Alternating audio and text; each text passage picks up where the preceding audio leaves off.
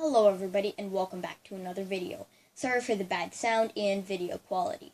Today we are going to be looking at a cheap $240 gaming PC that I built using only the kind of parts that people say aren't built for gaming in an attempt to prove them wrong. It is equipped with an AMD A4 7300 APU, which is a dual core at 3.8 GHz, which I got for $25 on eBay. 4 GB of DDR3 at 1600 MHz, which only costs $30 Canadian. A 500 watt CoolMax PSU, which I would not recommend for anything over a budget PC, as it only costs $20 but doesn't have any 80 plus rating. For storage, a 1TB Seagate Barracuda should do just fine for $60.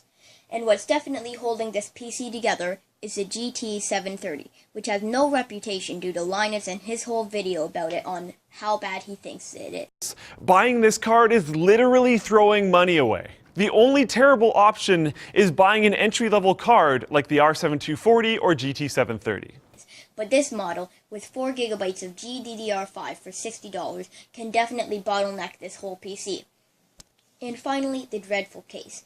It was at the time of buying the cheapest case on the market at $20, but with the low price tag there definitely are some issues.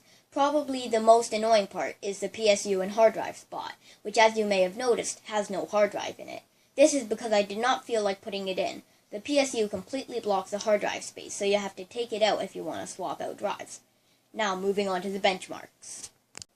In Sword with Sauce, which is a fun little indie game still in alpha. On Epic settings, in 1280 by 1024 resolution, you get a return of 27 FPS on average.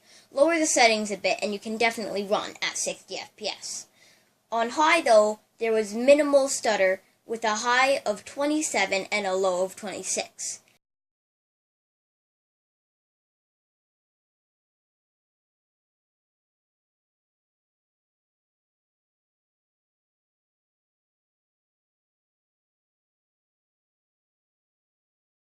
In the Escapist, there is no noticeable stutter. I say this because the range between maximum and minimum FPS is 855 FPS.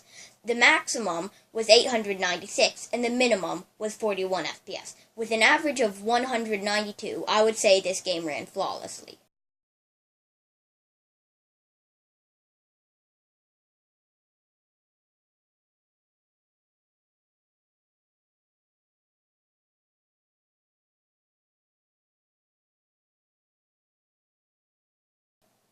And then, in the ever-so-popular Minecraft, things went bad. Rendering 12 chunks returned an average of 5 FPS.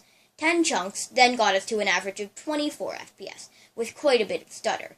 And then 8 chunks, finally things started to get better. We got 54 FPS with only some stutter.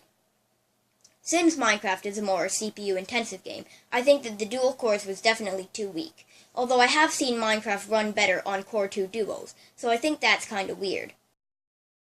In the arms of the angel, fly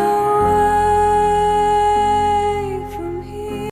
But anyways, would I buy this PC? No. Why wouldn't I buy it? Well, there are a couple of reasons. The first and biggest reason is that if I stretch another $40, I can get a quad-core processor. And for $30 more, I could get 8 GB of RAM, which would make all of the games run noticeably better. Second of all, the case just doesn't look very good, or function very good. From a budget perspective, it may not seem to matter about the looks, which okay, I can agree on that. But when it can barely get my parts in it, then that's a problem, not to mention the airflow. It comes with one fan, which uses a 3-pin connector that motherboards never seem to have, especially in the budget market. And I'm sure if you weren't in the budget market, then you wouldn't even consider this case. Now I know that I ranted about this case for a bit, but I have a very strong feeling for it as the first time it arrived with a huge dent in it. So I had to get a new one to start working on the PC inside. Thank you all for watching, and if you did enjoy this video, please do like and subscribe.